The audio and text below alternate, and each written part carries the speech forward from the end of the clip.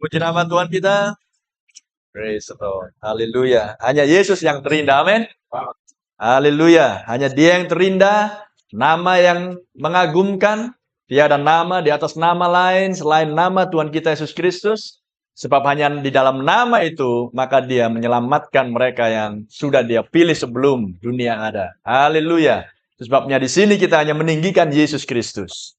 Glory. Dan hanya Dia saja yang kita sembah. Amin. Apakah kita mengasihi Dia? Amin. Dan Yesus adalah sang firman.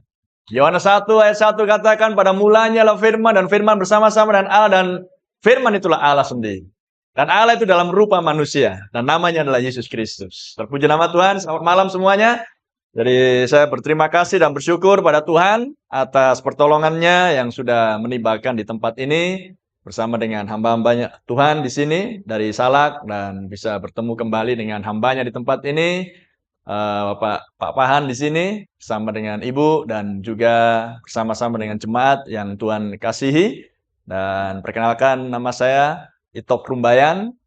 Saya datang dari Medan bersama dengan rombongan juga. Itu ada istri saya duduk juga di ruangan ini. Dan pelayanan kami ada di Medan, tepatnya di Padang Bulan, di Pasar 5.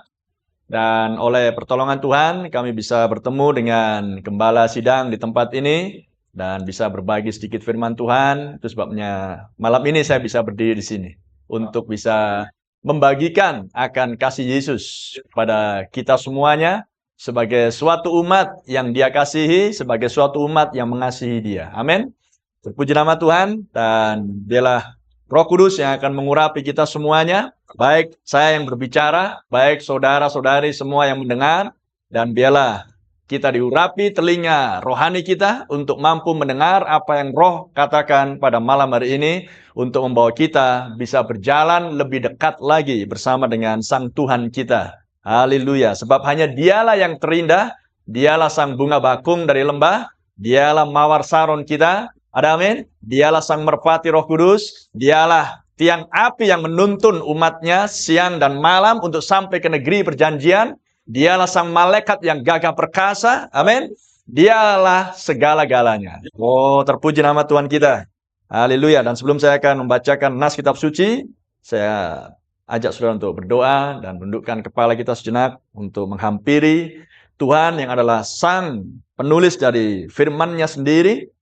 Dialah yang mengurapi akan nabi dan rasul untuk menuliskan firman itu dan menjadikan Alkitab dan sekarang ada di tangan kita. Bapa di surga, kami ucap syukur Tuhan pada malam hari ini di tempat yang sejuk ini Tuhan. Kami bisa berkumpul bersama-sama dengan umat-Mu Tuhan.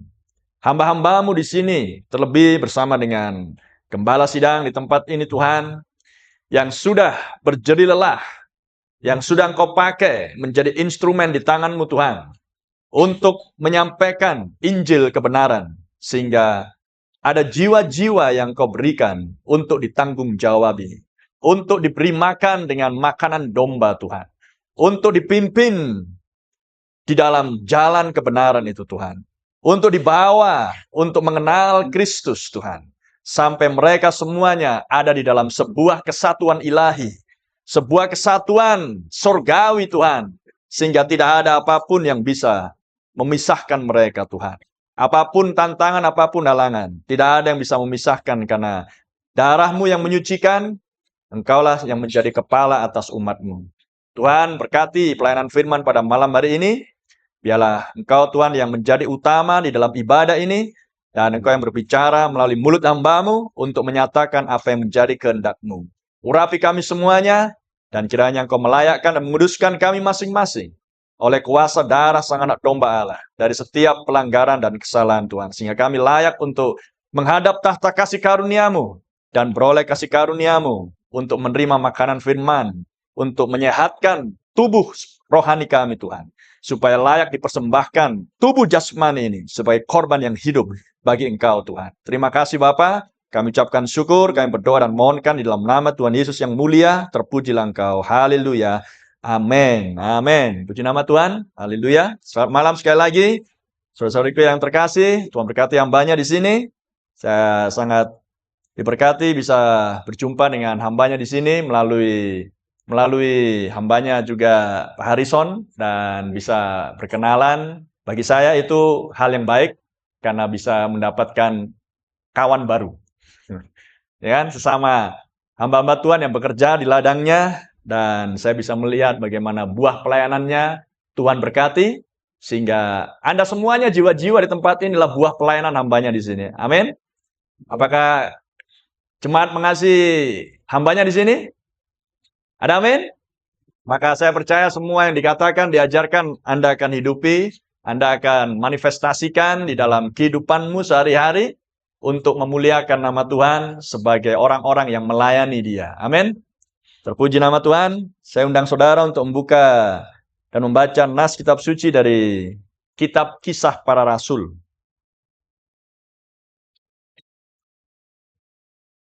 Pasal 20.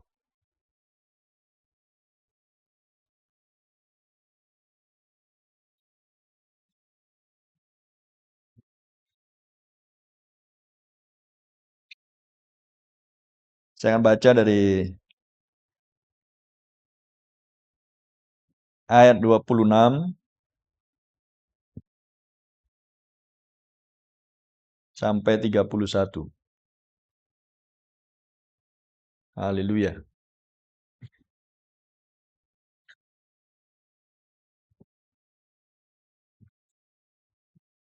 Sebab itu, pada hari ini aku bersaksi kepadamu, bahwa aku bersih, tidak bersalah terhadap siapapun yang akan binasa. Sebab aku tidak lalai memberitakan seluruh maksud Allah kepadamu. Seluruh, tidak sebagian. Jadi dengan kata lain, semua yang Tuhan berikan kepada Rasul Paulus sesuai dengan porsi, sesuai dengan bagian yang dipercayakan kepada Rasul Paulus, maka semuanya sudah dinyatakan. Semuanya sudah diberitahukan. Semuanya sudah disampaikan dan diajarkan kepada umat Tuhan di zaman tersebut. Ada amin? Karena itu, dan selanjutnya ada sebuah instruksi dari Rasul Paulus kepada para penatua di zaman tersebut. Karena itu, jagalah dirimu dan jagalah seluruh kawanan. Karena kamulah yang ditetapkan Roh Kudus menjadi penilik. Penilik itu adalah pengawas. Bahasa Inggrisnya overseas. Sebagai pengawas untuk menggembalakan atau memberi makan jemaat Allah yang diperolehnya dengan darah anaknya sendiri. Jadi umat Tuhan itu adalah miliknya Tuhan. Gembala, pengkhotbah, pengawas adalah alat di tangannya Tuhan untuk memberikan makanan rohani kepada domba-dombanya Tuhan. Ada amin? Jadi tidak ada jiwa made in atau buatan manapun. Semua jiwa datang dari Tuhan. Ada amin? Apakah jiwa pengkhotbah, apakah jiwa jemaat, semua datang dari Tuhan. Itu sebabnya pengkhotbah seperti saya dipercayakan Tuhan untuk menggembalakan dan memberi makan akan beberapa umat di Medan dan di beberapa tempat yang lain. Maka saya hanyalah seorang yang menjadi alatnya Tuhan.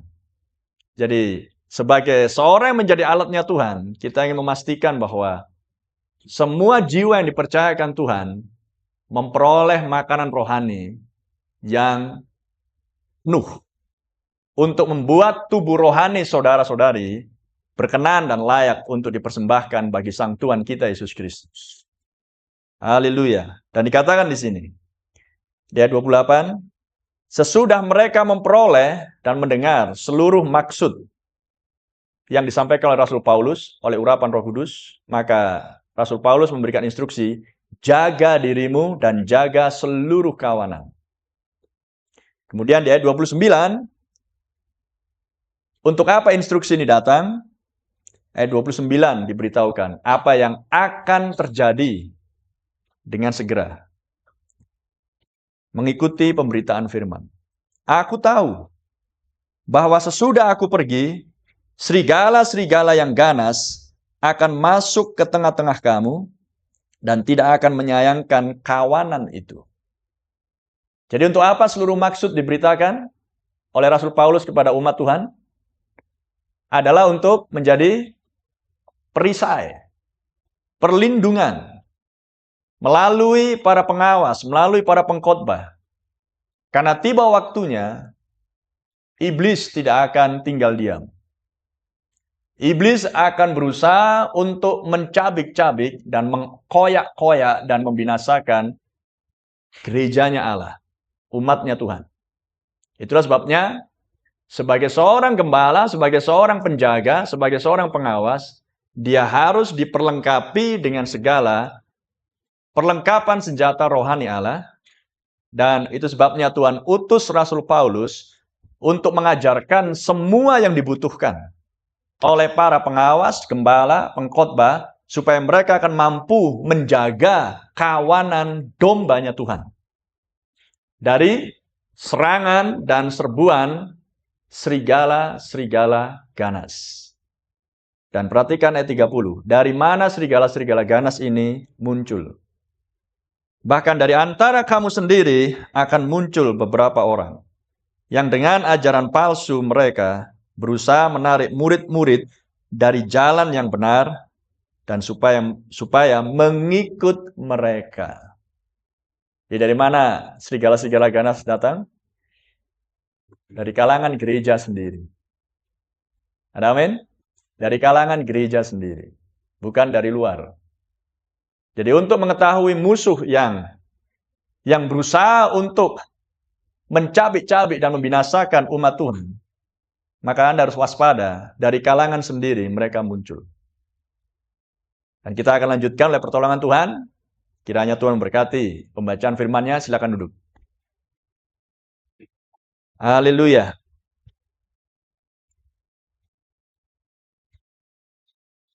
Puji nama Tuhan.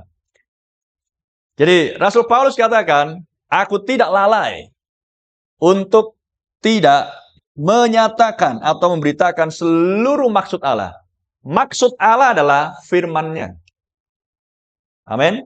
Karena untuk itulah Rasul Paulus dibangkitkan Tuhan, diurapi, ditetapkan, dipilih oleh Tuhan sendiri untuk memberitakan firman Tuhan secara khusus kepada orang-orang bangsa-bangsa di luar Yahudi.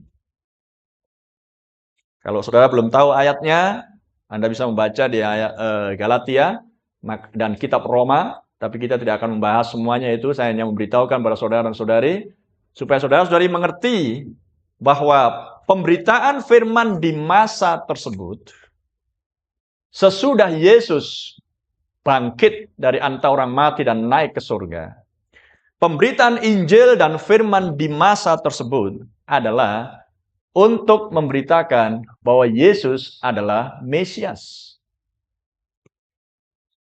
Dan di zaman tersebut, di luar Yahudi, di luar orang Israel, bangsa-bangsa lain adalah para penyembah berhala.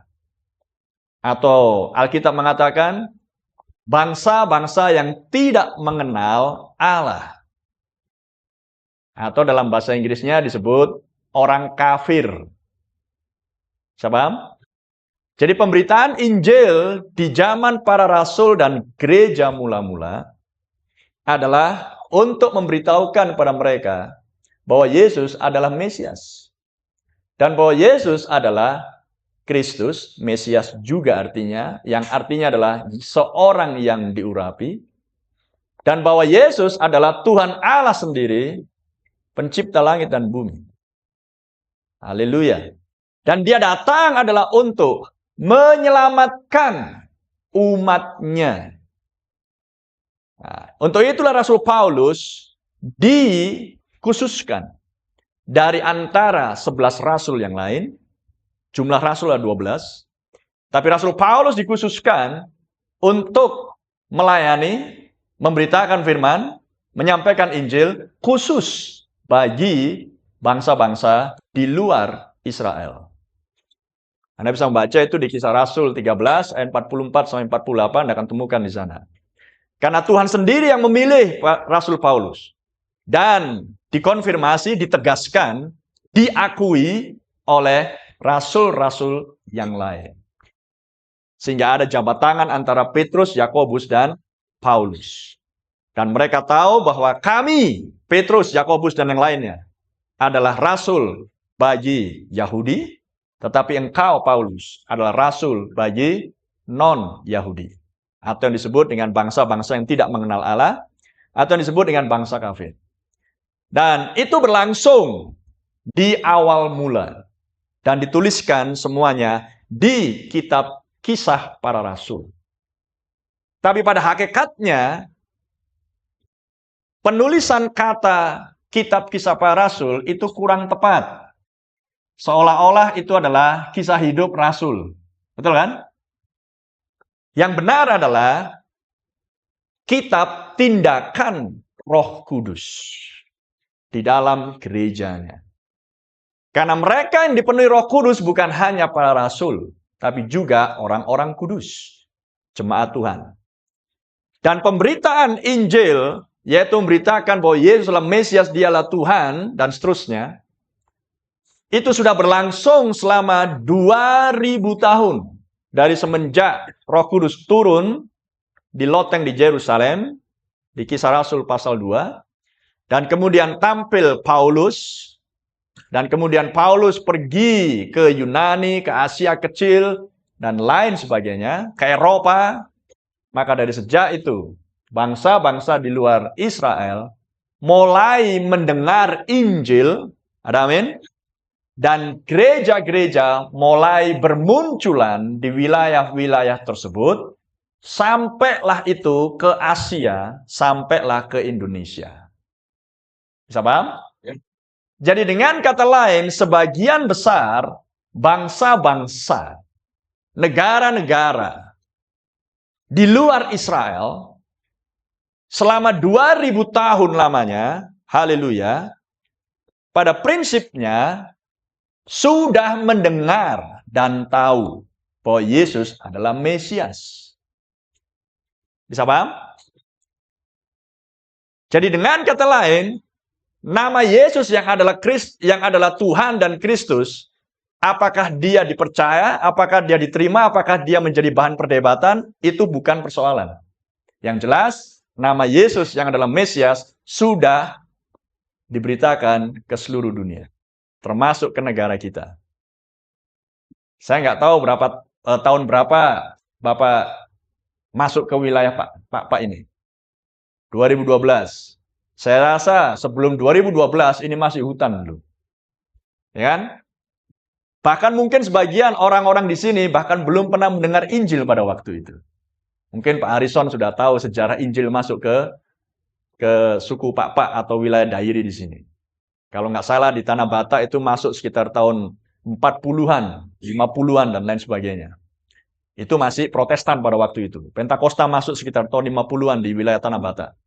Jadi saudara bisa bayangkan, bahkan di tempat terpencil, bahkan sampai ke Papua, bahkan sampai ke pedalaman Kalimantan sana, Injil sudah diberitakan oleh para misionaris yang mulia. Dan mereka sudah gugur di medan perang. Oleh karena mereka sebagian dibunuh oleh orang-orang penduduk asli di masa-masa itu, ya kan? Anda mendengar kisah ini kan? Dan sekarang Injil lebih lagi diperdengarkan karena kita hidup di zaman internet. Sehingga informasi tentang Injil semakin mudah diakses oleh orang-orang bahkan di pedalaman-pedalaman Afrika sekalipun. Haleluya. Namun, seiring dengan perjalanan Injil sampai ke bangsa-bangsa, bahkan di tempat yang terpencil, maka serigala-serigala ganas pun tidak tinggal diam. Penyesatan berlangsung juga. Bisa paham? Dan penyesatan itu semakin hebat, karena Injil pun diberitakan dengan semakin hebat. Haleluya. Karena untuk bertanding dengan benar, maka kedua pemain atau yang saling bertanding harus punya kemampuan yang berimbang. Kalau tidak, dia akan kalah terus. Jadi dengan kata lain, iblis pun juga memiliki kemampuan yang tidak bisa dianggap ringan. Karena di masa-masa itu, bahkan ketika para rasul masih hidup pun, penyesatan sudah mulai bermunculan. Maka bagaimana dengan zaman sekarang? Itu akan jauh sangat lebih hebat. Apanya yang hebat? Yang hebat adalah yang benar dan yang palsu terlihat sangat mirip. Nah, itulah hebatnya. Karena kalau sebuah kepalsuan kelihatan terlihat sangat berbeda, maka itu tidak hebat. Tetapi kalau dia mirip, maka itulah yang hebat. Tetapi sekalipun dia mirip, yang asli akan tetap asli. Yang palsu akan tetap palsu. Ada amin? Dan penyesatan yang paling hebat adalah jika 99% benar, tinggal 1% salah. Itulah penyesatan yang paling hebat. 99% benar, tinggal 1% salah. Maka dengan demikian, dari 8 miliar penduduk manusia, jika dia tidak dijaga oleh seorang gembala, seorang pengawas yang sudah mendengar seluruh maksud pemberitaan firman Allah, maka gembala, pengawas, pengkhotbah tersebut tidak akan mampu menjaga dirinya, apalagi menjaga kawanan domba. Itulah sebabnya betapa pentingnya bahwa gereja harus memiliki akan sebuah pengajaran yang penuh dari Tuhan. Firman yang penuh dari Tuhan. Supaya sesudah saudara-saudari keluar dari gedung ini, berladang, bertani, bekerja di kantor, atau dimanapun sekolah, saudara-saudari memiliki kemampuan untuk menyaring. Tahu menyaring kan? Kemampuan untuk menilai. Menilai yang mana yang benar, yang mana yang salah. Karena seorang gembala tidak akan bisa 24 jam selalu bersama-sama dengan Anda. Bisa paham? Jadi dengan kata lain, saudara dan saudari tidak akan pernah bisa terjaga dengan baik jika firman pengajaran yang full penuh tidak saudara-saudari peroleh. Bisa paham? Nah sekarang saya akan kembali kepada pelayanan Rasul Paulus tadi. Jika selama 2000 tahun semenjak para rasul meninggal, sampai dengan saat ini, Injil Yesus Kristus ini sudah tersebar ke berbagai bangsa, maka pemberitaan firman apa lagi yang dibutuhkan oleh orang-orang Kristen? Seharusnya. Bisa mengerti? Apakah kalau saya datang ke Prongil sini, maka saya akan menyampaikan kepada saudara-saudari, apakah kalian mau terima Yesus sebagai juru selamatmu? Apakah itu yang akan saya ajukan? Apakah kalian mau percaya kepada Yesus Kristus bahwa Dialah Tuhan? Tidak. Saya tidak akan mengajukan pertanyaan tersebut. Kenapa? Anda bernyanyi, main musik, menyanyi dengan bagus di sini, berdoa di dalam nama Tuhan Yesus, berarti saudara sudah percaya Yesus. Bisa paham? Tetapi pertanyaan muncul sekarang. Apakah kita sudah memperoleh seluruh maksud Allah? Itulah sekarang yang perlu dipertimbangkan. Bisa paham? Bagus percaya Yesus. Bagus pegang Alkitab.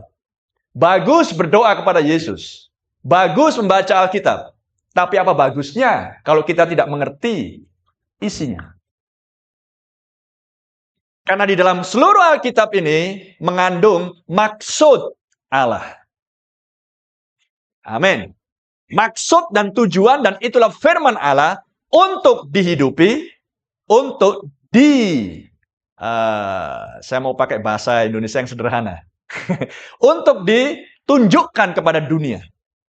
Melalui kehidupanmu, melalui tutur katamu, melalui sikap hidupmu, melalui tingkah lakumu, dan semua datang dari hati dan pemikiran yang benar. Haleluya. Jadi yang dibutuhkan oleh kekristenan di zaman ini adalah harus memperoleh seluruh maksud Allah. Supaya di zaman yang gelap ini, sesuai dengan nubuatan kitab suci, zaman ini sangat gelap. Yesaya 60 katakan, bangkit dan bercahayalah, sebab terangmu sudah tiba, bangsa-bangsa diliputi kekelaman, orang-orang dilingkupi oleh kegelapan. Maka Yesaya berteriak, bangkit dan bercahayalah, sebab terangmu telah tiba. Haleluya. Untuk apa terang? Untuk memisahkan terang dari gelap. Ada amin? Sehingga tidak ada kesatuan antara terang dan gelap. Karena ketika terang datang, maka gelap menyingkir. Haleluya. Dan Yesus adalah terang dunia. Dan dialah firman.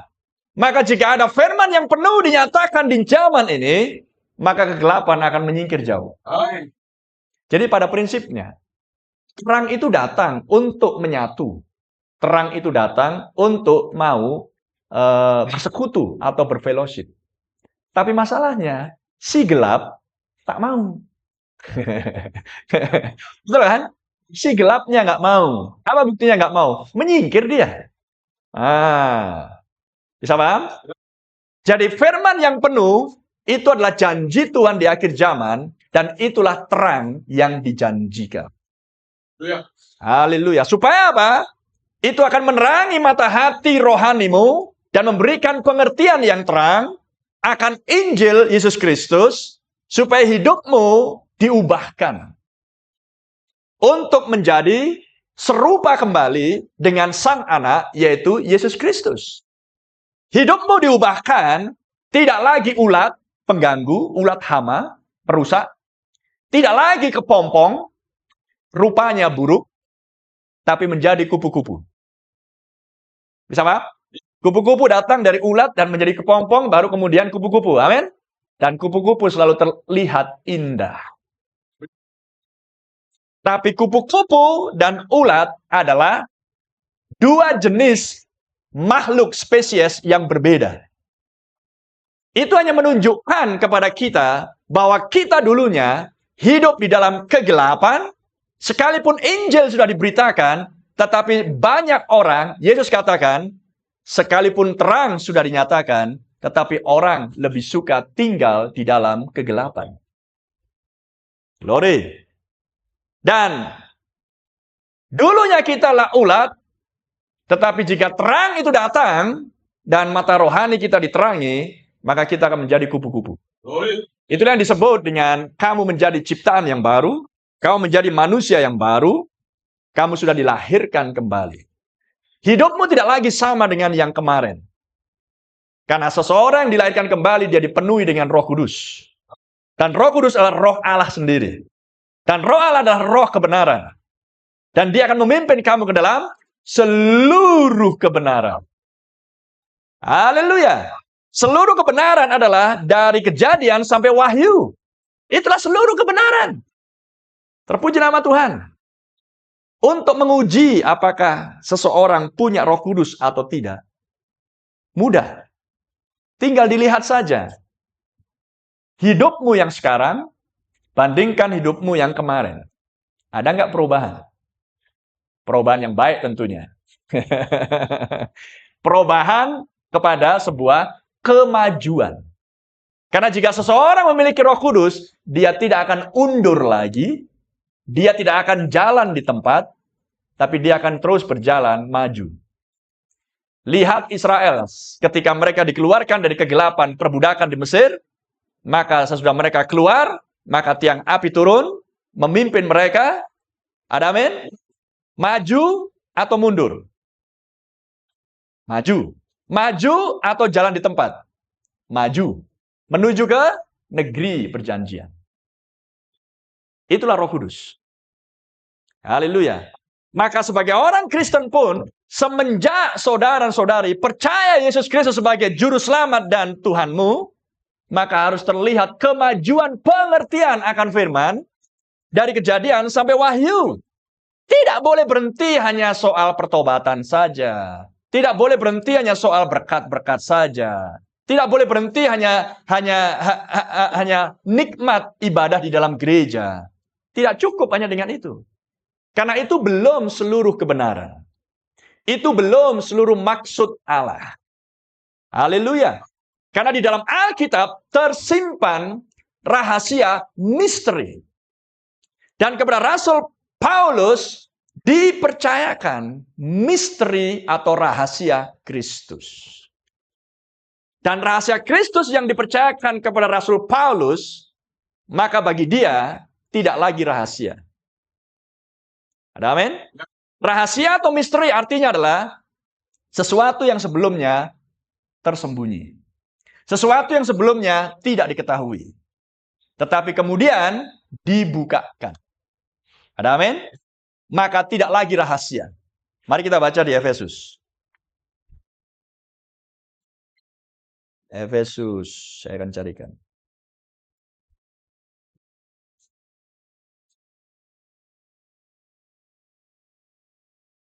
Ya, Efesus pasal 3.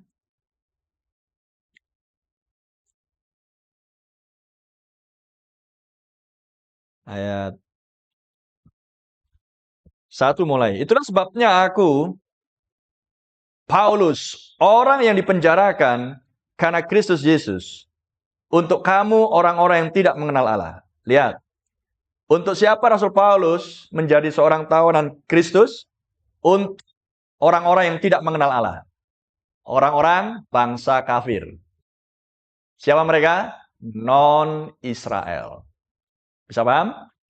Apapun bangsanya, jika ia bukan Yahudi, bukan Israel, maka mereka semua terhitung penyembah berhala. Kafir. Bisa paham? Apapun sukunya di luar Israel, semua adalah kafir, penyembah berhala. Penyembah berhala itu seperti apa sih? Penyembah dewa-dewi. Israel hanya menyembah satu Tuhan. Israel tidak mengenal dewa-dewi. Tapi ada sejarah Israel yang paling gelap. Sehingga Israel menjadi penyembah berhala. Yaitu ketika Israel dipimpin oleh seorang raja yang jahat yang bernama Ahab. Karena istrinya adalah Isabel. Isabel bukan orang Israel. Isabel adalah putri seorang raja di Sidon.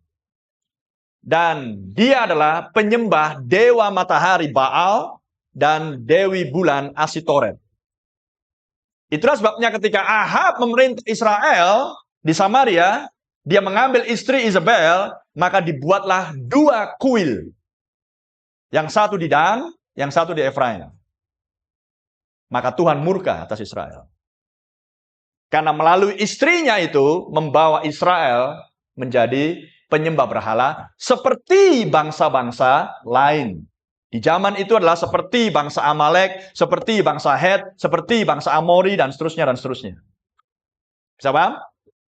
Jadi, Rasul Paulus diutus Tuhan adalah untuk bangsa-bangsa kafir. Indonesia kafir.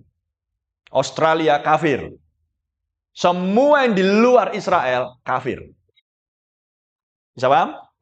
Ya, jadi kalau Anda mendengar kata kafir, itu sebenarnya adalah non-Israel. Bisa paham? Jadi Anda harus mengerti bahasa-bahasa ini karena Alkitab menuliskannya sedemikian rupa untuk supaya umat Tuhan tidak mudah disesatkan dengan berbagai macam isu. Haleluya. Nah, sekarang pertanyaan muncul sebelum saya lanjutkan ini. Kalau di luar Israel adalah kafir, penyembah berhala, maka sekarang Injil sudah diberitakan di banyak tempat. Saya pikir sekarang jumlah penyembah berhala yang murni penyembah berhala, menyembah patung dan dewa-dewi, jumlahnya sangat sedikit. Betul? Karena sekarang orang-orang sudah memiliki sebuah agama. Apakah itu Kristen atau non-Kristen, pokoknya mereka sudah punya agama. Jadi tidak bisa dikatakan penyembah berhala lagi. Bisa mengerti yang saya maksudnya? Jadi dengan kata lain, pemberitaan jenis firman yang mana yang harus disampaikan di hari-hari terakhir, di akhir zaman. Kalau semua orang kebanyakan sudah menerima Yesus atau mendengar nama Yesus sebagai Tuhan, lantas jenis pemberitaan yang mana yang dimaksudkan dengan seluruh maksud Allah? Supaya ketika kita menerima seluruh maksud Allah bagi masa zaman yang sedang kita hidupi, maka saudara dan saudari akan terhindar dari penyesatan oleh serigala-serigala ganas. Haleluya. Bisa menangkap? Karena saudara dan saudari tidak bisa menyamakan pemberitaan di zamannya para rasul kepada bangsa-bangsa non-Israel dengan pemberitaan yang berlangsung sekarang. Karena di zamannya para rasul, secara khusus Rasul Paulus, dia pergi ke Yunani, dia pergi ke Eropa, dia pergi ke Asia Kecil. Anda paham? Maka dia akan mengatakan, hei, kamu menyembah Tuhan Allah yang tidak kamu kenal. Tetapi aku menyembah Allah yang aku kenal. Dan kemudian dia memberitakan Injil. Nama Tuhannya adalah Yesus Kristus. Maukah engkau menerima dia sebagai Tuhan dan Juru Selamatmu? Itulah pemberitaan Paulus kepada orang-orang non-Israel di masa-masa awal. Bisa paham? Hal yang sama yang dilakukan oleh para misionaris di zaman dulu ketika masuk ke Tanah Batak, ketika masuk ke Dairi, ketika masuk di wilayah-wilayah yang lain, di Dayak, di Papua, dan lain sebagainya. Yang pertama yang mereka lakukan adalah, hei kalian jangan menyembah dewa-dewi. Ada Tuhan yang asli, ada Tuhan pencipta langit dan bumi di sorga. Dan dia sudah turun ke bumi. Namanya adalah Yesus Kristus. Dialah Tuhan yang seharusnya disembah. Maukah kalian percaya? Itulah pemberitaan awal. Tapi apakah saudara akan jadi Kristen awal-awal terus? Bisa ngerti? Apakah saudara akan mau jadi Kristen awal-awal terus? Yang penting percaya Yesus, yang penting percaya Yesus. 20 tahun kemudian, yang penting percaya Yesus. Tapi nggak pernah ngerti apa yang dikatakan Yesus di Alkitab. Apakah itu yang disebut dengan Kristen mengalami kemajuan? Tidak, itu sama aja dengan mengalami kemunduran. Haleluya. Itu sama aja dengan yang disebut dengan seorang yang mengalami suatu kecacatan mental secara spiritual, secara rohani. Karena tidak ada pertumbuhan. Bisa paham? Orang tua yang punya anak kecil, punya bayi. Kalau bayinya, anaknya nggak tumbuh-tumbuh, sedih nggak? Ya pasti sedih kan? Pasti. Berusaha untuk membawa ke dokter supaya diperiksa, ada apa dengan anakku, betul? Di sini ada dokter di atas segala dokter. Yesus Kristus. Kalau saudara dan saudari mengalami sesuatu yang gak ada pertumbuhan dalam hidupmu, kenapa kok senang-senang aja? Kenapa kok santai-santai aja? Kenapa gak bergumul dengan Tuhan? Tuhan, kenapa aku jadi Kristen? Dari awal aku percaya Yesus, tapi sampai sekarang baca Alkitab aja aku gak suka. Berdoa pun gak bisa lama. Datang ibadah pun terpaksa. Ya kan? Apalagi bayar perpuluhan, lebih terpaksa lagi. Ketahuan rahasianya kan? Saudara dan saudariku, apakah Anda puas dengan kehidupan Kristen yang seperti itu? Dibutuhkan sebuah pengajaran. Itulah makanan domba. Saya tanya secara jasmani. Kalau saudara dan saudari tidak memakan makanan nasi dan lauk pauk, bisa nggak badanmu bertumbuh? Nggak bisa. Jadi bagaimana kalau saudara-saudari tidak mau merespon, menanggapi firman yang disampaikan dari mimbar dengan sungguh-sungguh, dengan serius? Tidakkah itu sama dengan tidak makan sebenarnya? Sama seperti anak-anak kita kan? Kalau masih anak-anak, ini anakku ini paling susah kali kalau disuruh makan. Susah kali. Betul kan? Makanya kecil terus kau. Makanya kurus terus kau. Lihat tuh anak si Anu itu. Gemuk dia, makannya banyak. Betul? Begitulah banyak jemaat kurus.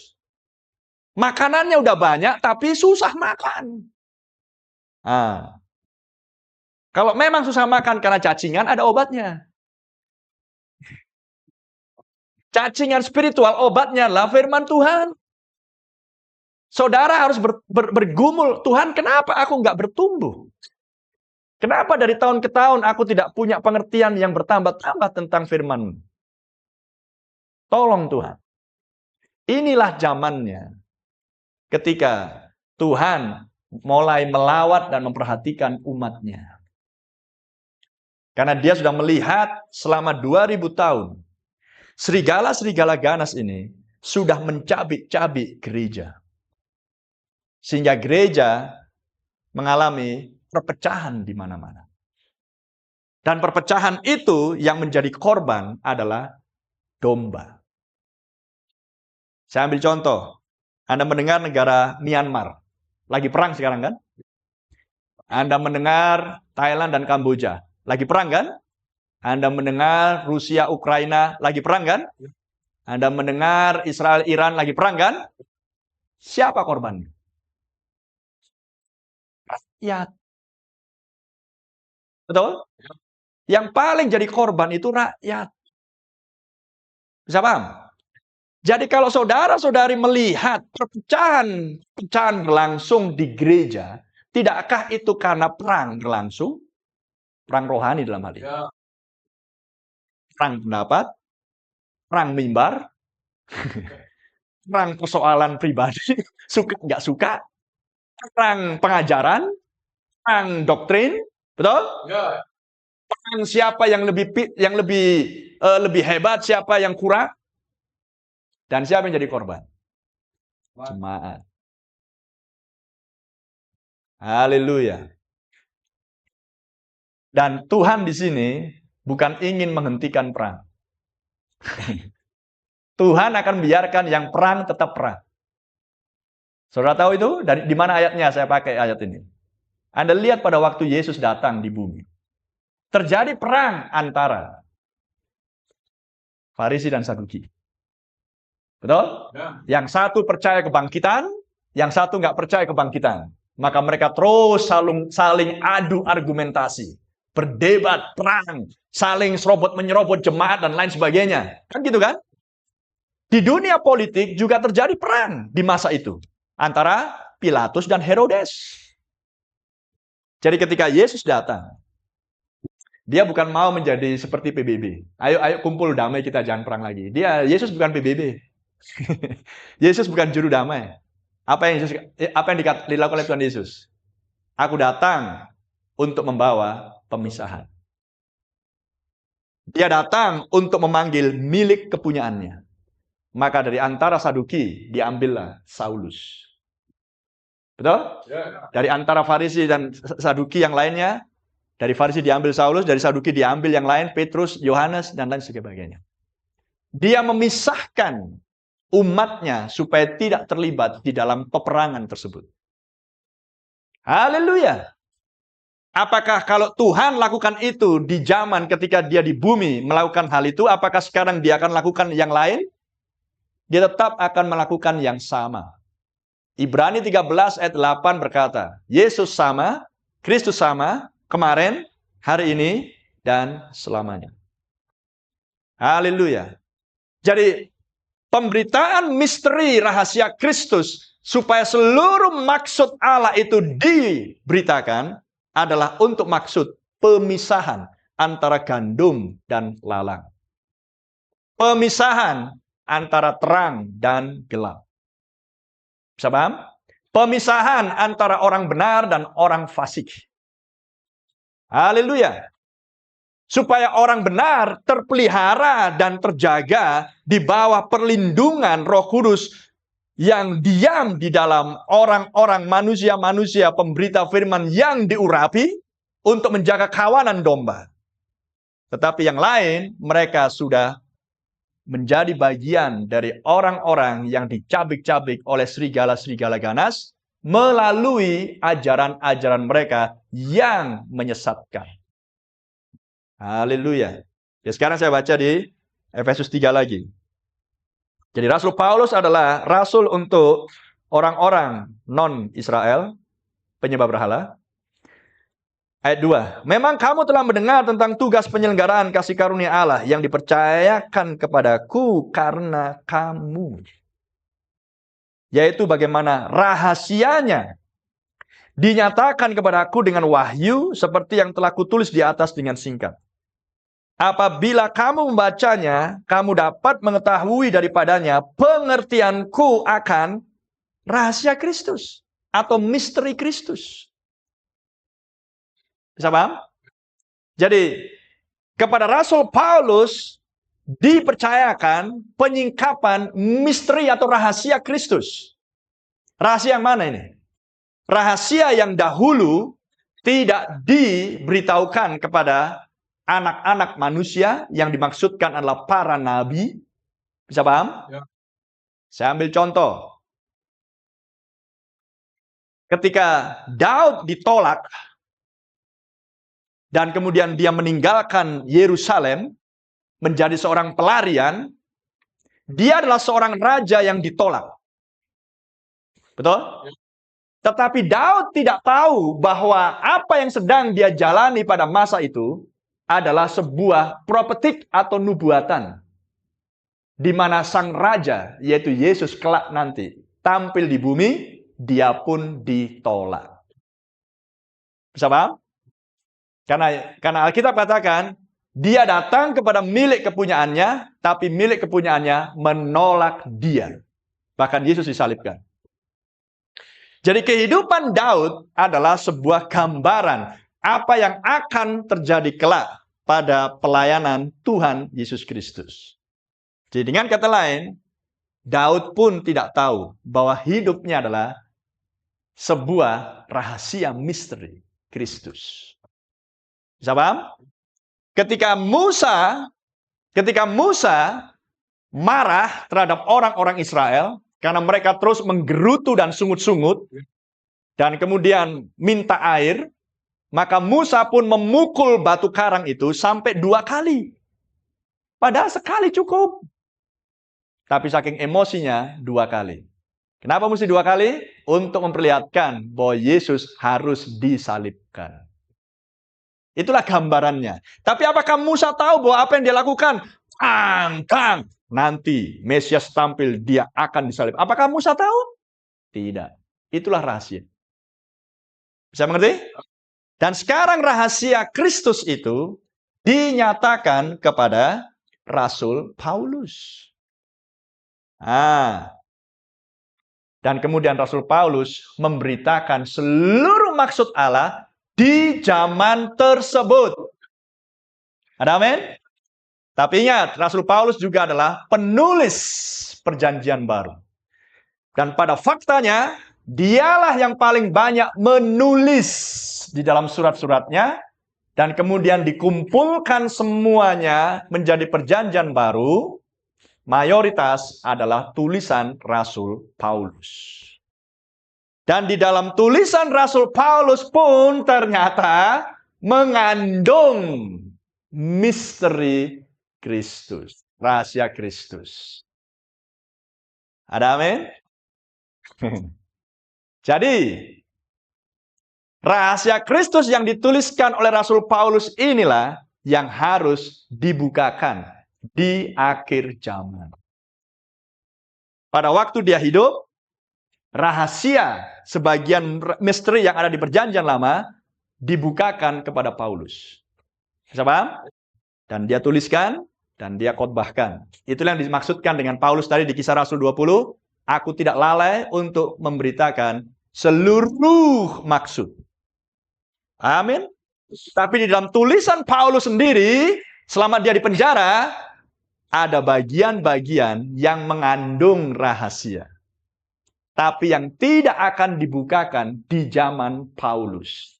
Dia hanya menulis. Tidak dibukakan di zaman rasul-rasul yang lain yang masih hidup. Karena belum zamannya. Haleluya.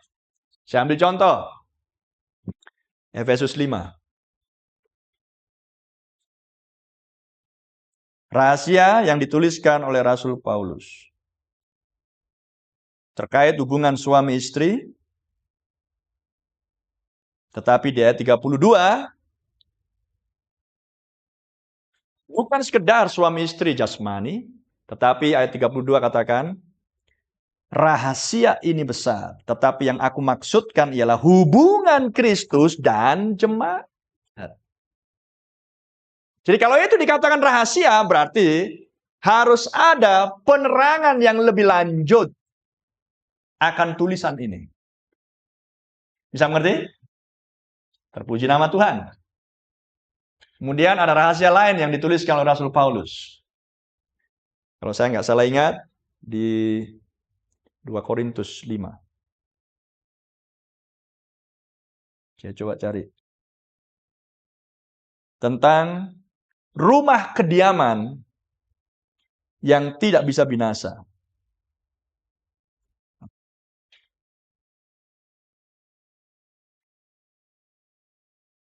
Ada yang bisa menemukan untuk saya? Inilah rahasia, bahwa kamu semua tidak akan mati. 1 Korintus 15 ayat 50. Ya.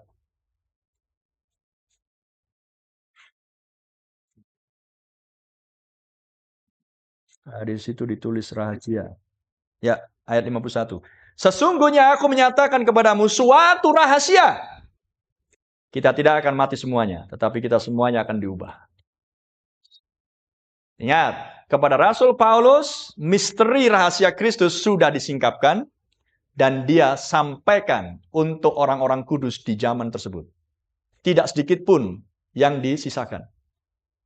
Tapi di dalam penulisan Rasul Paulus sendiri juga mengandung rahasia. Bisa paham?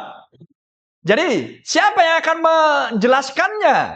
Karena Paulus sudah meninggal. Maka Tuhan yang menyatakan itu kepada Paulus, Tuhan juga akan bertanggung jawab ketika waktunya tiba. Bahwa rahasia yang ada di dalam tulisan Paulus juga akan dibukakan. Dan juga rahasia-rahasia lain yang terkandung di dalam Alkitab ini, dan kita akan bahas sedikit nanti. Kita akan baca lagi di 1 Tesalonika 4 ayat 16. Ini juga sebuah rahasia. Yang ini penting. 1 Tesalonika 4 ayat 16. Ada bahasa Batak, ada bahasa Pak-Pak di sini. Alkitab bahasa Pak-Pak, bahasa Batak. Kalau ada tolong dibuka. Saya akan bandingkan dengan terjemahan bahasa Indonesia. Bahasa Indonesia kurang pas. Saya akan bacakan di bahasa Indonesia, bandingkan dengan bahasa Batak atau bahasa Pak-Pak, dan saya akan bandingkan dengan bahasa Inggrisnya. Karena terjemahannya akan lebih baik, supaya pengertian kita menjadi semakin baik oleh pertolongan Roh Kudus. Sebab pada waktu tanda diberi, yaitu pada waktu penghulu malaikat berseru dan sangkakala Allah berbunyi, maka Tuhan sendiri akan turun dari sorga, dan mereka yang mati dalam Kristus akan lebih dahulu bangkit. Ini bahasa Indonesia. Tapi bagi saya, ini nggak jelas ini tulisannya. Bukan tulisan Paulus yang nggak jelas. Cara penulisan dari si penulis Alkitab yang tidak jelas. Dalam bahasa Batak, maka itu jelas. Tuhan sendiri turun dari sorga. Bahasa Pak-Pak sama itu. Itu awalnya itu. Tuhan sendiri akan turun dari sorga. Dengan surak-surak. Bahasa Inggrisnya seruan. Di bahasa Indonesia nggak ada. Kemudian dengan suara penghulu malaikat. Betul? Suara. Yang ketiga, sangkakala Allah. Betul? Nah, kalau Anda baca di bahasa Indonesia, nggak komplit ini 3. Urutannya jelas. Tuhan sendiri akan turun dari sorga dengan yang pertama adalah surak-surak atau seruan. Yang kedua adalah suara penghulu malaikat. Yang ketiga adalah sangkakala Allah. Maka yang mati dalam Kristus akan bangkit lebih dahulu. Maka yang sesuai 1 Korintus 15, yang hidup akan diubahkan, kembali ke 1 Tesalonika 4, bersama-sama akan diangkat naik untuk bertemu dengan Tuhan di awan-awan atau di angkasa atau di udara. Yang jelas bukan angkasa biru itu. itu bumi, itu jasmani itu. Inilah hal-hal yang tidak akan bisa dilihat oleh sembarang manusia selain mereka yang dipenuhi dengan Roh Kudus. Dan ini rahasia. Jadi, rahasianya adalah Tuhan sendiri turun dari sorga. Pertanyaan, kapan ayat ini digenapi? Itulah rahasia. Selama belum tahu kapan, tetap rahasia. Tapi kalau sudah tahu kapannya jelas, maka bukan lagi rahasia. Ada amin? Dan dia harus turun dengan seruan, surak-surak. Dan kita harus tahu apa itu seruan. Dan sebelum kita tahu apa itu seruan, rahasia. Ya. Betul? Ya. Dan kedua, apa itu suara penghulu malaikat? Dan sebelum kita tahu apa artinya suara penghulu malaikat, itu adalah rahasia. Dan yang berikutnya adalah sangkakala Allah. Dan sebelum kita tahu pasti seperti apa sangkakala Allah dan seperti apa bunyinya, rahasia. Dan kemudian, sepanjang itu rahasia, sepanjang itu tersembunyi, apakah umat akan memperoleh iman? Tidak. Roma 10 ayat 17 katakan, iman timbul dari pendengaran akan pemberitaan firman Allah. Tapi kalau saudaranya membaca 10 kali sampai hafal setiap hari, Tuhan sendiri akan turun dari surga dengan seruan, dengan suara penghulu malaikat, dengan sangkakala Allah. Besoknya lagi, Tuhan sendiri akan turun dengan seruan.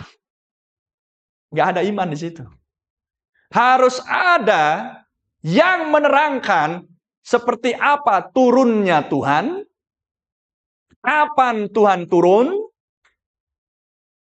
kemudian disertai dengan seruan dan apa seruan, kemudian disertai dengan suara penghulu malaikat dan apa suara penghulu malaikat, dan kemudian disertai dengan sangkakala Allah dan apa sangkakala Allah.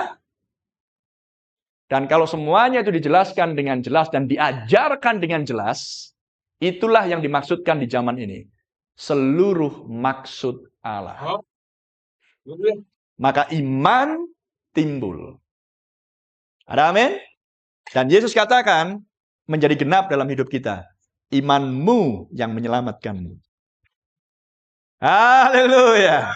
Selamat dari apa? Selamat dari serbuan serigala-serigala ganas yang menyesatkan dengan ajaran-ajarannya yang palsu. Terpuji nama Tuhan. Bisa ngerti sekarang? Nah, sekarang pertanyaan saya malam ini. Saya tidak akan jelaskan malam ini. Butuh waktu berjam-jam nanti. Malam ini saya hanya berikan sedikit garam. Anda tahu garam? Garam itu adalah salah satu bahan untuk membuat tenggorokan kering supaya Anda haus. Supaya Anda minum. Jadi saya berikan sedikit garam. Supaya nanti saudara akan bertanya, kapan dijelaskan? Oleh pertolongan Tuhan. Bukan kemampuan manusia, tapi oleh Rohku. Karena apa yang berlangsung di 1 Tesalonika 4, di 1 Korintus 15, di mana tadi ayatnya lain? Di Efesus pasal 5, itu akan terkait dengan apa yang tersembunyi di dalam kitab Wahyu. Coba kita baca sedikit di kitab Wahyu. Wahyu 19. Ayat 7. Wahyu 19 ayat 7. Marilah kita bersukacita dan bersorak-sorai dan memuliakan Dia, karena hari perkawinan anak domba telah tiba dan pengantinnya telah siap sedia. Kalau di bahasa Indonesia pengantin kan? Kalau bahasa Batak apa, Pak? Bahasa Batak apa? Apa itu?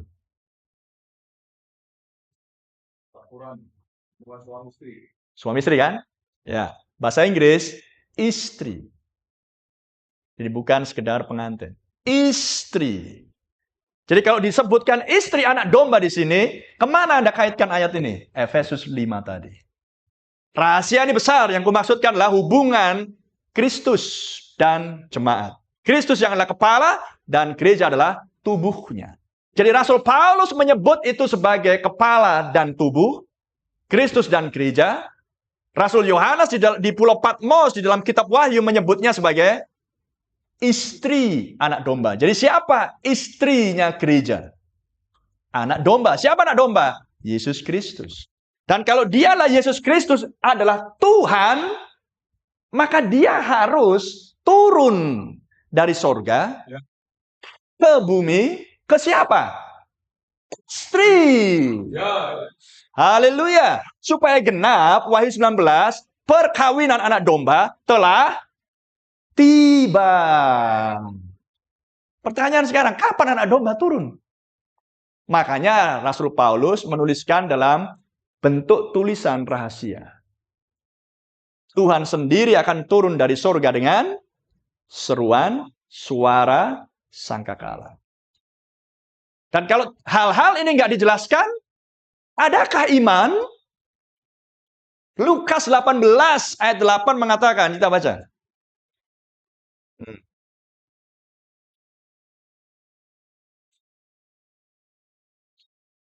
Lukas 18 ayat 8.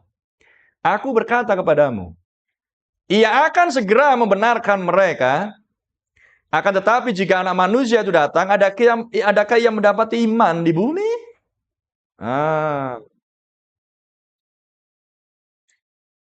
Anak manusia adalah Kristus sendiri. Ibrani 11 ayat 6 berkata, tanpa iman, tidak ada seorang pun yang berkenan di hadapan Tuhan. Dan dari mana iman timbul? Pendengaran. Jadi jika rahasia-rahasia yang saya tunjukkan sedikit tadi tidak dijelaskan dengan tuntas, apakah ketika Yesus datang ke bumi, dia akan mendapati iman? Tidak. Yang dia dapati adalah anggota gereja merek tertentu. Tetapi anggota gereja merek tertentu, merek apapun, tidak ada iman untuk membawa dia bisa berubah dari tubuh jasmani kepada tubuh yang tidak bisa binasa. Kenapa? Karena pada prinsipnya mereka tidak dilahirkan kembali dari firman dan roh. Kenapa tidak bisa dilahirkan kembali? Karena tidak ada pengajaran untuk membawa mereka dilahirkan. Karena konsep lahir itu sama seperti telur itik, atau telur ayam, atau telur bebek. Apa yang dibutuhkan oleh sebutir telur untuk dia bisa menetas? Dirami oleh induk. Tepatnya adalah suhu, suasana. Dia dirami pun, kalau dia ditempatkan di sebuah kandang tertentu dengan suhu tertentu, dia pasti menetas. Nggak usah suhu tertentu. Kalau saudara-saudari tahan ya, selama 21 hari, taruh aja di ketekmu ini. Yakin menetas. Asal suhunya pas, betul? Nah, itu konsep telur bisa lahir. Jadi, seorang yang dilahirkan kembali adalah seorang yang akan tinggal di suhu, atmosfer, suasana yang benar. Kalau dia berada di suasana penuh kacau, penuh gerutu, penuh perselisihan, penuh dengki, iri, ketidakpercayaan, keraguan, kekhawatiran, cemas, telurnya akan bisa menetas. Telurnya aja banyak. Kalau telur lama-lama nggak menetas, maka busuk. Makanya di gereja banyak anggota jemaat seperti telur busuk. Maukah kalian menjadi telur busuk? Jangan. Bau. Yang harus saudara-saudari lakukan adalah pastikan Anda memperoleh seluruh maksud kehendak Allah. Dan itu akan mengubahkan hatimu. Sehingga ketika hati diubahkan, maka yang tercipta dari kehidupan si hati yang diubahkan hanyalah Yesus Kristus. Manis, lemah lembut, mudah diajar, taat, kudus, ceria, penuh dengan sukacita. Ada amin? Hanya yang baik yang dihasilkan dari hidupnya. Maka ketika ada orang baru datang yang telurnya belum menetas, dia duduk di sampingmu, lama-lama dia akan menetas. Anda akan mendengar, apa suara bunyinya? Oh, telurnya menetas. Haleluya. Glory Jesus. Dan ketika telur menetas, maka ada sebuah kelahiran. Kalau ada sebuah kelahiran, makanya Anda mendengar bunyi ribut pada malam hari. Makanya jemaat, ketika setiap kali firman Tuhan diperdengarkan, ributnya luar biasa. Bukannya, tapi ributnya, amin, glory, haleluya. Serame kalau Anda nyanyi. Jadi jangan nyanyinya aja rame. Tapi ketika firman disampaikan, sunyi senyap. Saya selalu marahi jemaat saya. Kalau saya khotbah sunyi senyap. Di mana ada Yesus, harus ada keributan. Karena Yesus adalah sang hidup. Dan jika sang hidup diam di dalam Anda, maka kehidupanmu akan ribut. Selalu menyela firman dengan amin. Itulah bukti orang hidup. Orang mati? Orang mati? Jadi telur butuh suasana yang baik. Dan ketika dia lahir, haleluya, maka sifatnya menjadi baru. Ada amin? Tidak lagi manusia yang lama sudah berlalu, yang baru datang. Ketika sifatnya sudah baru, menjadi seperti Kristus, maka Anda tinggal menunggu pengubahan tubuhmu. Jadi lahir dibutuhkan suasana yang baru, kelahiranmu akan mengubah sifatmu yang lama menjadi baru, maka sifatmu yang baru akan membawa tubuhmu yang lama menjadi baru. Itulah rahasia. Tapi rahasia ini harus diajarkan, dibukakan terlebih dahulu untuk mendatangkan iman. Haleluya. Dan siapa yang bisa memberikan iman selain Yesus Kristus? Makanya dia harus turun dari sorga dengan seruan terlebih dahulu. Nah, kita akan bahas nanti seruan itu seperti apa. Apa kaitannya dengan Wahyu 19? Apa kaitannya dengan kitab Wahyu dan kitab Daniel? Untuk mendatangkan iman bagi orang-orang kudus, supaya mereka akan sampai kepada, Paulus katakan, kami memiliki pikiran Kristus. Haleluya. Dan jika seorang memiliki pikiran Kristus, maka si sayangnya, Paulus katakan, akan selalu mengarah kepada perkara-perkara yang di atas. Sekalipun Anda bekerja, sekalipun Anda berkantor, sekalipun Anda sekolah, sekalipun Anda sibuk sebagai ibu rumah tangga, atau apapun jenis profesi Anda tidak akan larut dengan hal-hal yang duniawi. Anda selalu mengarahkan pandanganmu ke atas, kepada perkara-perkara yang di atas. Kenapa selalu ke arah ke atas? Karena saya tanya sama yang pernah merantau, keluar dari kampung halamannya. Kemana hatimu selalu tertuju? Kampung halaman. Betul? Selalu ingin pulang, betul? Ya, walaupun saudara sudah mendapatkan uang segebok segini, tetap hatimu ingin ke kampung. Kenapa kita diarahkan untuk selalu? Lukas 21 katakan, angkat wajahmu, angkat kepalamu, pandang ke atas, karena penebusanmu sudah dekat. Pikirkan perkara-perkara yang di atas. Paulus katakan, arahkan kasih sayangmu kepada hal-hal yang di atas. Kenapa? Karena saya berasal dari atas. Yesus berkata, kenapa kamu tidak mengerti bahasaku? Karena kamu datang dari bawah, aku datang dari atas. Jadi apakah kelahiran kembali? Mengenali dirimu lagi bahwa Anda datang dari atas. Itulah kelahiran kembali.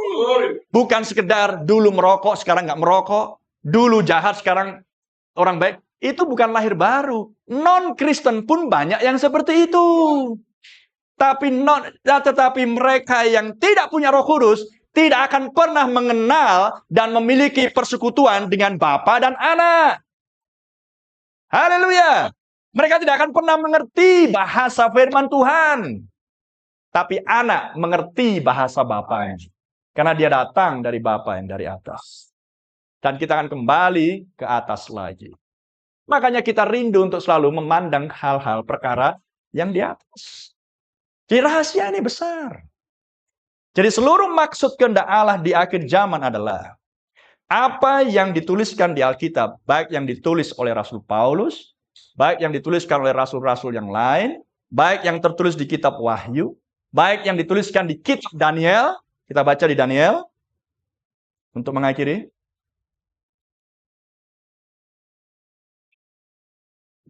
Daniel 12 ayat 4. Tetapi engkau, Daniel, sembunyikanlah segala firman itu dan meteraikanlah kitab itu sampai pada akhir zaman. Banyak orang akan menyelidikinya dan pengetahuan akan bertambah. Haleluya. Daniel diberikan penglihatan-penglihatan yang besar. Sampai Daniel rasanya mau pingsan. Saking hebatnya penglihatan-penglihatan itu. Dan Daniel tidak merasa senang hanya memperoleh penglihatan dan menuliskannya. Dia tidak merasa puas hanya karena, aku udah melihat loh, haleluya. Tidak. Apa yang dilakukan Daniel berikutnya? Daniel berdoa. Daniel ingin tahu makna dan arti dari semua penglihatan yang diberikan Tuhan kepada dirinya. Karena Daniel adalah seorang anak Allah. Daniel adalah orang kudus. Daniel adalah seorang hamba Tuhan. Daniel adalah seorang nabi. Seorang anak Allah akan senantiasa ingin tahu apa yang difirmankan Tuhan kepadanya. Itulah ciri seorang anak Allah. Makanya Daniel berdoa, Daniel berpuasa, dan kemudian malaikat Gabriel datang. Doamu didengar, Daniel. Tapi Daniel, apa yang kau lihat, itu masih sangat jauh. Itu akan di akhir zaman. Jadi sembunyikan aja itu. Dengan kata lain, Daniel melihat zaman yang sedang kita hidupi. Bisa paham? Daniel melihat zaman yang sedang kita hidupi. Dengan berbagai macam corak dan warna-warni dan seluruh peristiwa yang berlangsung di zaman kita, Daniel melihat.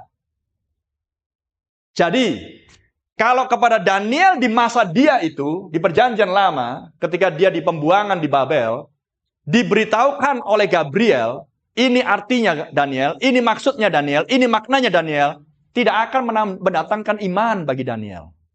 Kenapa? Daniel hanya terpelongok. Karena Daniel, sambil contoh, udah ada Indonesia di zaman Daniel? Belum ada. Udah ada Amerika Serikat di zaman Daniel? Jadi kalau dibilang, itu Daniel, binatang-binatang itu adalah Romawi. Belum ada Romawi di zaman Daniel. Betul?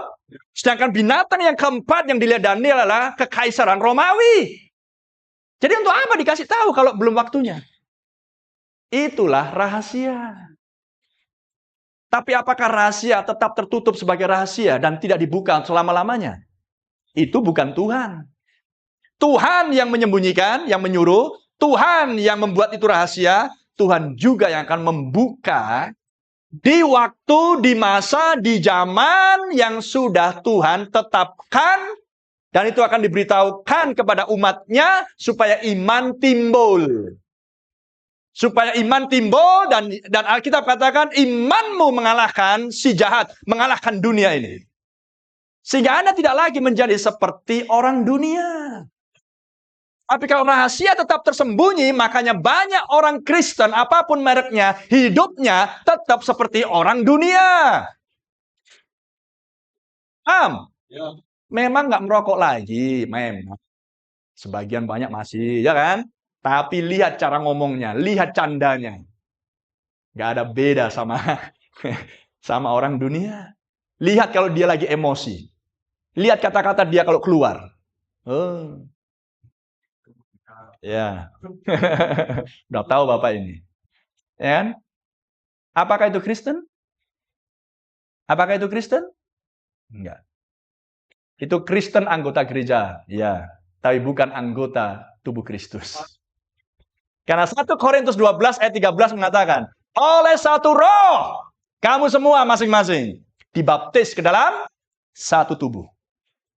Hanya ada satu gereja, itulah yang disebut dengan istri anak domba. Dan kepada siapa rahasia diberitahukan oleh suami?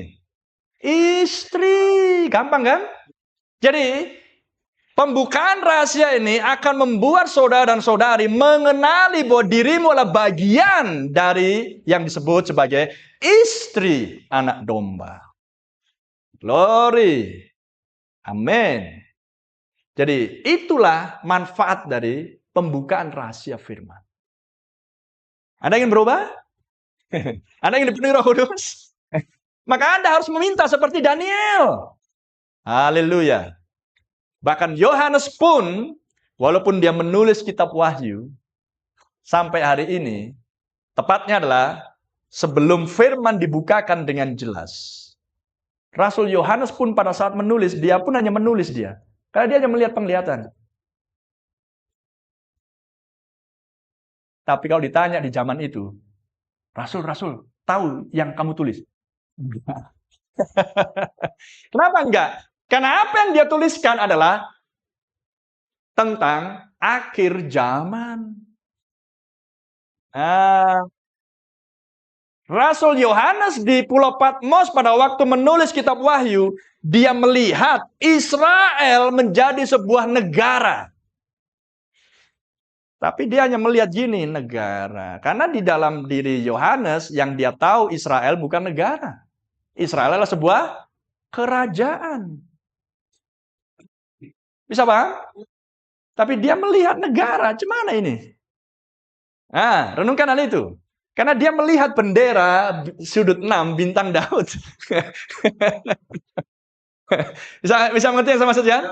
Ya. Tapi apakah Daniel tahu maksudnya? Tidak. Apa kaitannya dengan Israel yang sekarang? Tidak. Karena kepada dia adalah sebuah rahasia. Tapi apakah itu akan tetap rahasia? Tidak. Itu harus dibukakan, itu harus disingkapkan, dan ini masanya rahasia itu harus dibuka. Haleluya. Jadi makanan utama yang dimaksudkan dengan seluruh maksud kehendak Allah untuk zaman kita, porsinya berbeda dengan yang disampaikan oleh Rasul Paulus tadi. Porsinya di zaman kita adalah pembukaan kitab Wahyu dan kitab Daniel.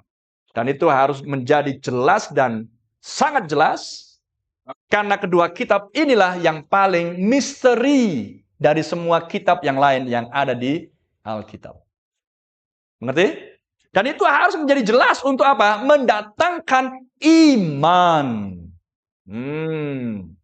Supaya saudara tidak lagi terombang-ambing dengan berbagai macam pengajaran yang dibuat oleh manusia, yang diilhami oleh setan. Terpuji nama Tuhan. Ini yang dibutuhkan. Untuk itulah Tuhan utus saya ke tempat ini dan bertemu dengan hambanya di sini. Untuk membagikan sesuatu yang Tuhan sudah berikan dan ingin dibagikan kepada umat Tuhan yang lain, supaya sama-sama kita diberkati. Karena kalau saya diberkati, maka berkatnya bukan untuk saya sendiri, tapi juga untuk umat Tuhan. Haleluya. Karena tubuh Kristus bukanlah GPDI, bukan GBI, bukan HKBP. Itu merek gereja, buatan manusia. Tubuh Kristus itu adalah orang per orang. Saya nggak tahu berapa jumlahnya di Pak, saya nggak tahu berapa jumlahnya di Indonesia, saya nggak tahu berapa jumlahnya di Australia, di Amerika Serikat, di Afrika, dan lain sebagainya. Dan kalau dikumpulkan, hanya Tuhan yang tahu. Itulah yang disebut dengan tubuh Kristus. Terpuji nama Tuhan. Haleluya. Jadi Anda harus setia dengan firman Yesus Kristus. Haleluya.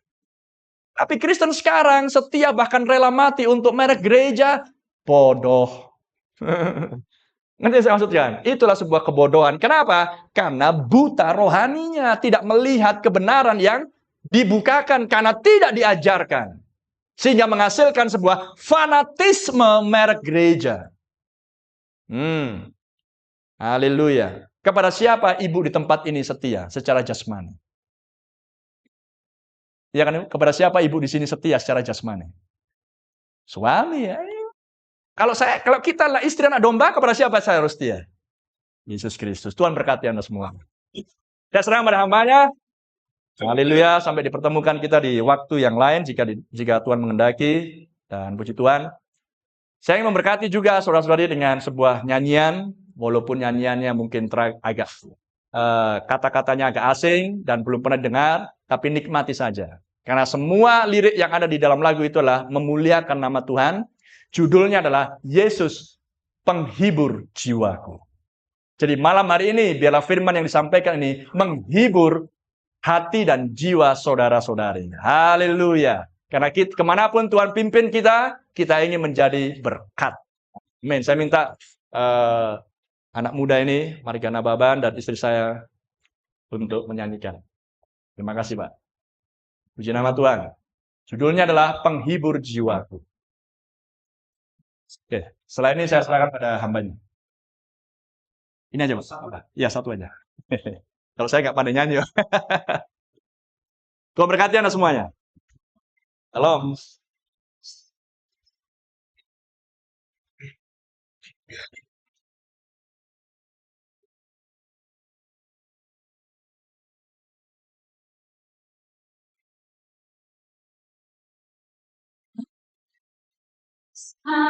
Gelapmu dalam dosa, Yesus telah datang dan beri anugerah. Kini tiada dapat ambilku dari tangan musuh.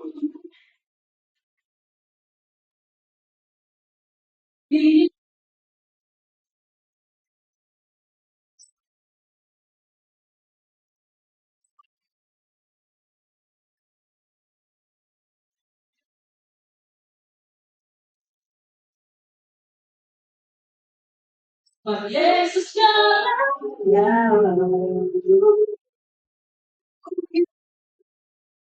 Yesus sopan cantik, di mana ku bersandar, ya percaya firman-Nya takkan gagal. Ya penghiburan jiwaku, Dialah penghibur jiwaku.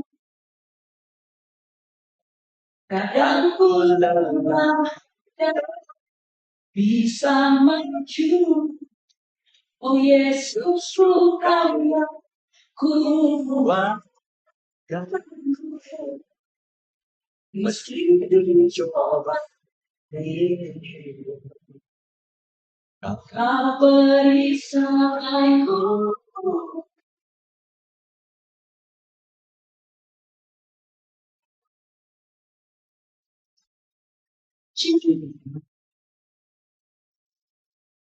Makin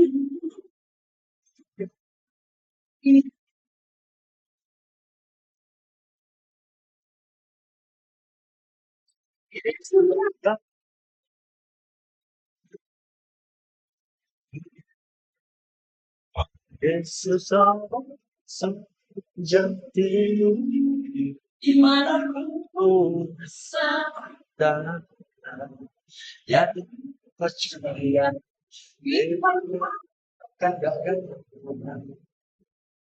Ya penghiburan jiwaku, Dialah penghibur jiwaku. Kadang ku lelah dan tak bisa maju. Oh Yesus, Engkau yang kuat. Meski dicoba ini.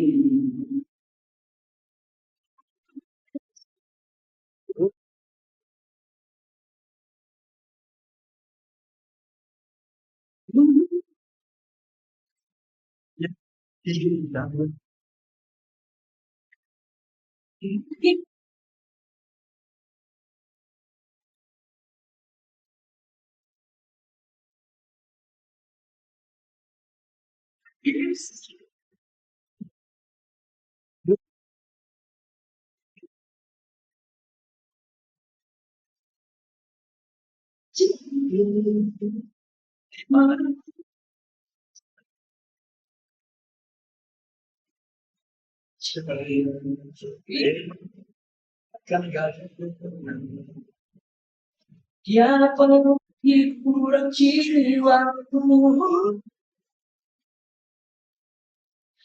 tiada hibur jiwaku.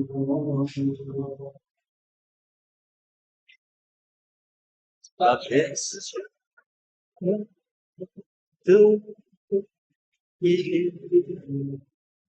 dan sesuatu jadi di mana ku merasa jadi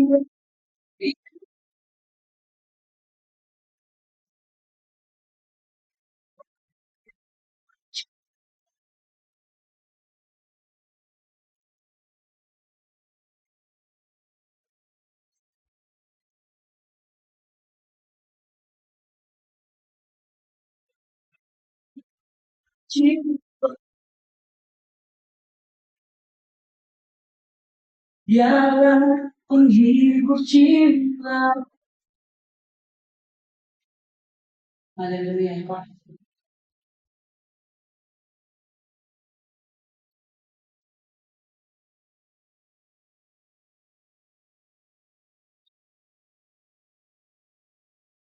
Puji Tuhan, sangat memberkati hari ini atau malam ini. Luar biasa, kami seluruh jemaat yang hadir pada saat ini sangat terberkati lewat firman Tuhan. Tahu arah tujuan hidup kita, menjadi seorang istri yang setia kepada Tuhan, Amen. mempersiapkan diri kita dengan segala kekudusan. Dan berbicara kekudusan itu selalu saya kobarkan di gereja ini.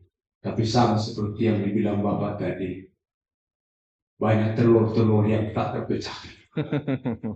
Itu dia. Jadi sama, inti pengajarannya sama. Bisa Bapak tanya jemaat ini semuanya, kalau berbicara tentang persiapan untuk hidup menjadi mempelai Kristus, itu selalu kita ajarkan. Dan kita bersyukur jemaat Tuhan, sampai rahasia itu dibuka, supaya kita jangan menjadi jemaat yang terlambat, yang tahu arah tujuan hidupnya. Itu kita doakan hamba Tuhan ini yang luar biasa dipakai Tuhan, kemanapun melayani, disertai oleh kuasa Roh Kudus, dan rahasia semakin dibukakan. Saya ingin meminta seorang jemaat Tuhan, apa yang saudara dapatkan sebelum kita tutup ini? Tolong maju ke depan. Sebuah kesaksian. Jangan hanya datang sebagai penonton saja. Ya, coba apa respek saudara tentang firman Tuhan malam hari ini? Coba satu orang dari jemaat, Ada yang maju, ada yang maju. Coba. Apa yang saudara rasakan malam ini? Hanya menontonkah kita? Coba saksikan dulu, coba. Masih ada waktu, kita biasanya pulang jam 9:30, jam 10 pulang kebaktian malam. Ini sengaja saya persatukan yang walaupun tidak semuanya jemaat hadir. Mungkin karena kendala, gerimis, rintik-rintik hujan. Ya. Kalau deras hujan masih bisa ditembus Pak. Kalau gerimis, rintik-rintik hujan nggak bisa Pak. Itu bedanya Bapak Barat. Itu dia. Ayo coba kasih kesaksian. Siapa yang? Ayo, satu orang, dua orang. Yang pemuda, yang bapak-bapak, yang ibu-ibu. Ayo, beranikan hidupmu. Dunia bilang mana merahmu, katanya kan. Di sini mana rohmu. Haleluya. Haleluya. Kalau dunia bilang mana merahmu, itu gudang garam merah. Kalau di sini mana rohmu? Ayo coba maju, maju. Jarang-jarang loh seperti ini. Ya. Ayo, coba. Apa yang kita dapat? Kan begitu kan? Ya kasih kesempatan. Haleluya. Baik, puji Tuhan. Shalom. Haleluya. Ah, malam ini kita bersyukur karena kebaikan dan kemurahan Tuhan. Tuhan boleh mengutus hambanya untuk memberkati kita jemaat Tuhan, khususnya GPDI Kalomata dan Bulan ya. Karena kami dari Kalomata, Program JH, saya tidak tahu entah ada dari Tinada. Tentu ada ya. Kita bersyukur karena berkat Tuhan ya, walau kita di pelosok, tapi Tuhan utus hambanya untuk memberkati kita, tentunya untuk menyampaikan maksud Tuhan menjelang kedatangannya. Ya, kalau saya dengarkan tadi firman Tuhan disampaikan, tentunya yang pertama, Tuhan kita itu Tuhan misteri, dan yang luar biasanya Tuhan tahu 2000 tahun yang lalu atau sebelumnya itu, mulai dari zaman Daniel, Tuhan sudah persiapkan suatu firman untuk kita butuhkan untuk sekarang. Jadi jauh sebelumnya Tuhan sudah siapkan, rupanya Tuhan sudah siapkan firman untuk membangun kita di akhir zaman ini.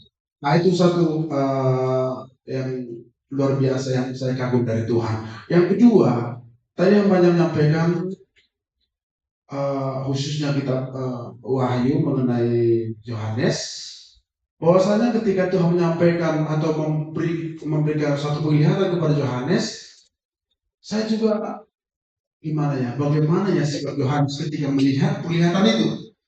Nah, ada saya baca di kitab Wahyu, Yohanes menuliskan ada seperti belalang terbang. Jadi seperti, kenapa seperti? Berarti dia nggak mengerti itu apa.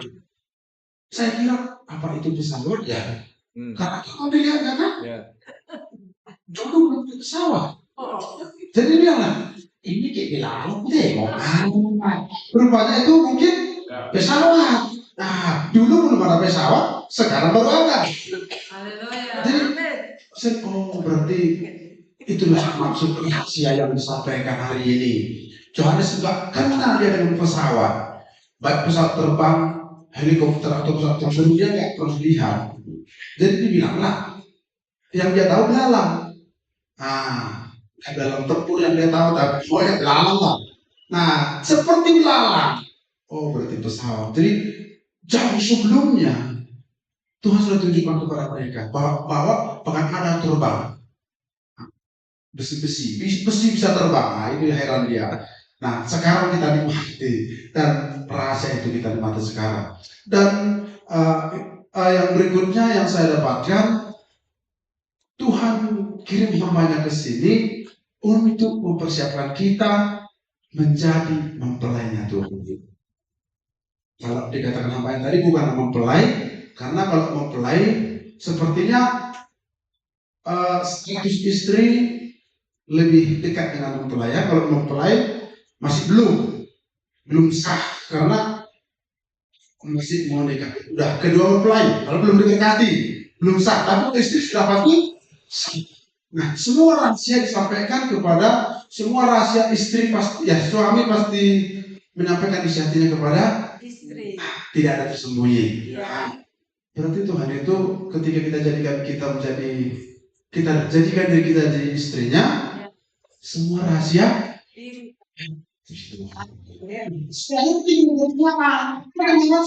bisa jadi kita Tuhan.